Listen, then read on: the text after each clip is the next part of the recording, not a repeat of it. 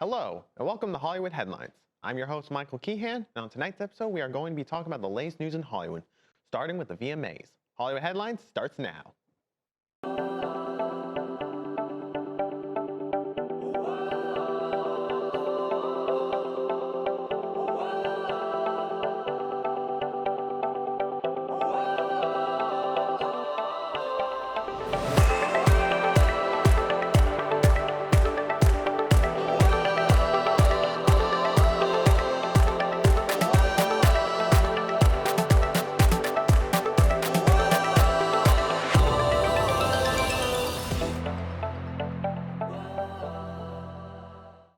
Before we get into the show, I would like to take a moment to thank Kevin Lynch for being today's guest. The 2025 MTV Video Music Awards were held on Sunday, hosted by LL Cool J and featuring a collection of star-studded performers which range from Doja Cat to Somber, Sabrina Carpenter, Tate McRae, J Balvin, Cat's Eye, and many more. Additionally, Mariah Carey, Ricky Martin, and Busta Rhymes all performed medleys of their greatest hits, while Youngblood and members of Aerosmith performed a tribute to the late Ozzy Osbourne. Winners in the major categories included Lady Gaga for Artist of the Year, Alex Warren for Best New Artist, and Rosé and Bruno Mars collab Opte for Song of the Year. The coveted Video of the Year award went to Ariana Grande, who won for her short film Brighter Days Ahead, the second long-form video to win the award after Taylor Swift's All Too Well. Kevin, did you see the VMAs? I did see the VMAs. So basically how I watched it, I don't own like Paramount Plus or anything. I just downloaded this app called Philo, and I watched the VMAs. I just did a free trial for 7 days and then canceled right away. Yeah, so. I think we did that for the Super Bowl once with like a free trial of YouTube TV. So yeah, that's the best way to do it because there's so many like subscriptions nowadays. It's so hard to keep track. It's a mess. But like, yeah, as for the show itself, like, what'd you think of it? I watched the whole show. It honestly got very repetitive. There was a lot of like high energy performances and it was late at night, so it was kind of just like keeping me awake a little bit. But overall, I really loved a lot of the performances. Doja Cat kind of interrupting LL Cool J was a very interesting way to go about it. I mean, like, yeah, she had Kenny G and she had for Kenny an 80s G performance. too. That is so crazy. Yeah, and I think that's gonna kind of preview her album too. She's kind of for her previous album. She went into more like punk, using rock, a lot of rock elements. Yeah, I think it was like kind of like 90s hip hop inspired, but this is more like the 80s and like New Jack Swing, which I'm personally a fan of, so I'm gonna enjoy that. Yeah, that's really cool. Yeah, and and we also another big performance was Tate McRae. Tate McRae. Yeah, I heard she performed that in front of her ex.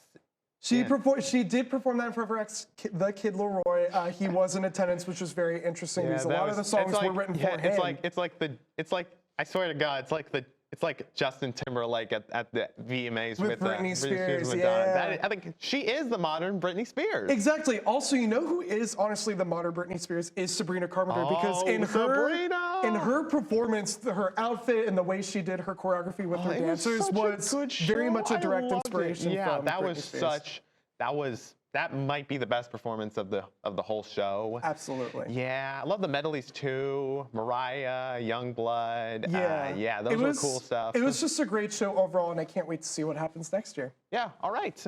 The dramatic conclusion to the popular Conjuring series, The Conjuring Last Rites, premiered Friday, September 5th. The film is the 9th installment of the Conjuring franchise and will be the final film to follow paranormal investigators Ed and Lorraine Warren. Last Rites follows the Smurl haunting, which occurred in Wilkes-Barre, Pennsylvania, and happened from 1974 to 1989, with the Warrens investigating the home in 1986.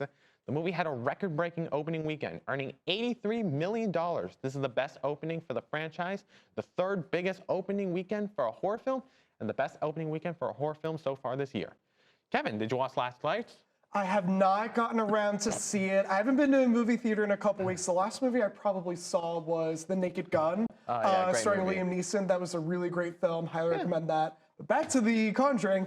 I'm not the biggest horror movie fan per se. It's just the jump scare aspect of it. It always keeps me. I'm gonna be honest with you. I think a lot of horror movies got stale at some point, like in like the 2000s or 2010s. Interesting. Yeah, but like I think there have been a lot of great recent ones, like The Substance, and Sinners, even something like the new Final Destination. Plots, I think there is good way to make good horror that can be for a general audience. It's just that a lot of times some directors are just trying to, some film studios are just trying to pump them out. But I think there are great modern horror filmmakers, like Weapons by Zach Yeah, Cregers. Weapons was a great and film. like Him is coming out soon.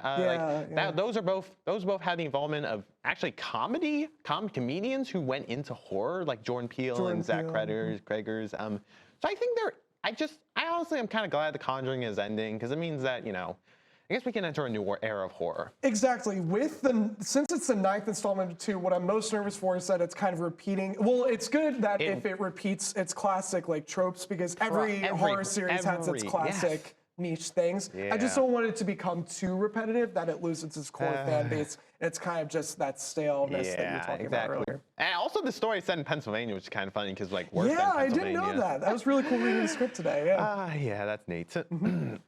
When we come back from the break, we'll be talking about Saturday Night Live cast shakeups. Hollywood Headlines will be right back. Hello, and welcome to The Trend.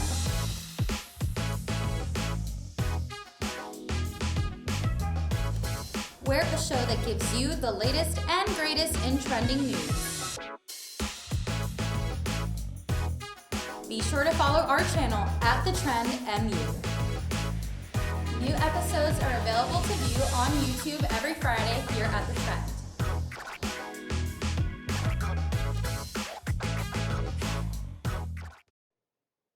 That time of the year again. Saturday Night Live has released season 51's official cast list.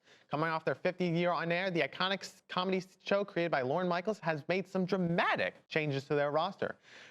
Fairly new hires show Emil Joachim, Devin Walker, and Michael Longfellow are leaving the cast, and so is 8-season veteran Heidi Gardner.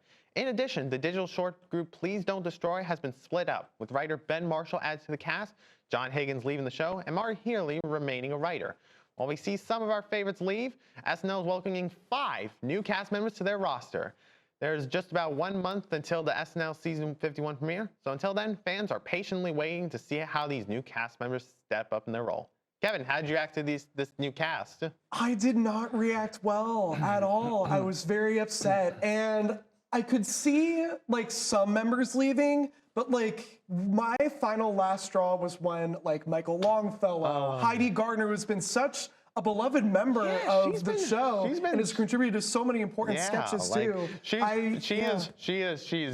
leaving and she's taking the kids to her sisters. Oh my God! Like I remember, like I'm also in the SNL fandom, and I remember how people acted to like these people leaving. It's like when when like a friend from middle school moves to another state. It's like, not even that. Like, well, I also very much agree too. It's like removing someone from your family. Like SNL has brought so many people into their homes every Saturday night. It's like for a lot of people like myself and my mom who watch it regularly, as well as with a lot of my friends, like they're literally family, and it's heartbreaking, honestly. It sucks, but we got some new cast members. Any of them ring a bell to you? The one person, I believe her name is Veronica. She was in a show called Tires that I really like. And that's also based in Philadelphia area with one of my favorite writers, John McKeever.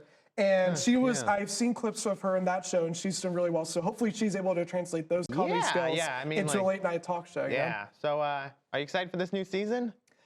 Despite the cast shakeups, I am still excited for this season. I'm just intrigued to see what host and musical guest lineups will happen. Like I was so intrigued last year with like Ariana Grande and Stevie Nicks. I'm excited to see what they'll do. That is a crazy combo. Also, since the New York City mayoral election coming up, I wonder if they'll get any celebrity guests. Yeah, to see people portray like who's it? Eric Adams. I know there's another person. Mamdani, maybe that guy with the beret. I'm not too caught up in that side of politics, but hey, we'll see what happens. Exactly. So on September 8th, Netflix released its official teaser trailer for Wake Up Dead Man, a Knives Out mystery. This third installment of the fan favorite Knives Out franchise is set to release in theaters in late November and on Netflix on December 12th. The storyline takes place in a small church in upstate New York and investigates the impossible murder of a priest and his congregation. Written and directed by Ryan Johnson, the installment is noted by Netflix as the most dangerous case yet and darkest chapter of Johnson's murder mystery opus. Johnson was nominated for Best Original Screenplay and Best Adapted Screenplay for both Knives Out and Glass Onion, respectively. Daniel Craig is continuing as the only recurring character with his role as Detective Benoit Blanc. Joining him includes a star-studded ensemble of Josh O'Connor, Glenn Close, and Josh Brolin. The whodunit will also star Mila Kunis, Jeremy Renner, and Kerry Washington. Kenneth, were you able to catch a look at the teaser?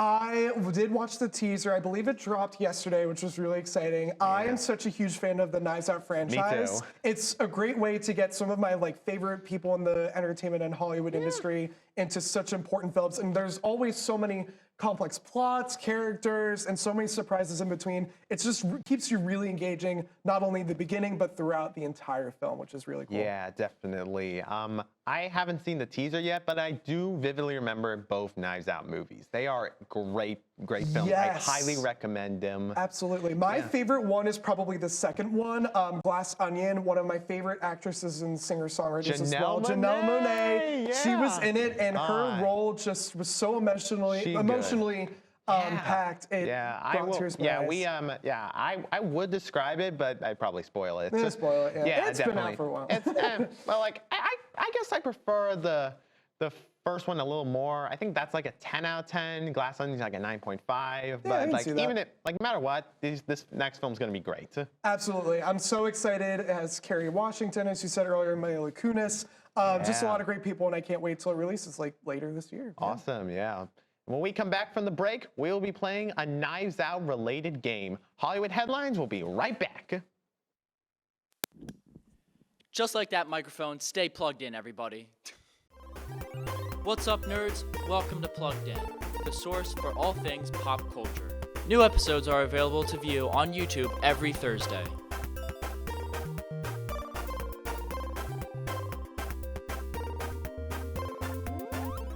Make sure you subscribe to our YouTube channel at PluggedInMU so you can see all of our awesome YouTube videos.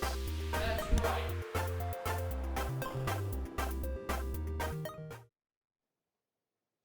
Welcome back. Knives Out is returning for its third installment to the beloved series, and we're going to be putting your Knives Out knowledge to the test in this game we like to call Who Done It? Oh, this might be a spoiler. Kevin, I'll be reading you a prompt that contains a question related to Knives Out, and you'll have 10 seconds to answer. Are you ready? Yes, yeah, ready. Okay, let's see the prompt. Oh, wait, go back. Which cast member for 2025's Wake Up Dead Man hosted an SNL in March 2024 with VMA winner Ariana Grande as the musical guest? Ooh, I wonder what it could be. All right.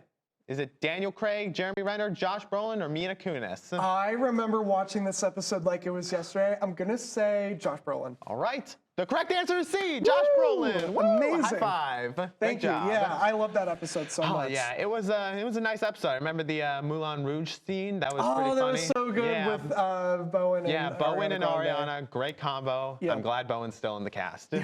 Yeah, well, that's all we have for tonight's episode, but make sure to tune in next week for the latest news in Hollywood. A big thank you to Kevin Lynch for coming on today's show. I'm Michael Kean. Have a great weekend, Millersville.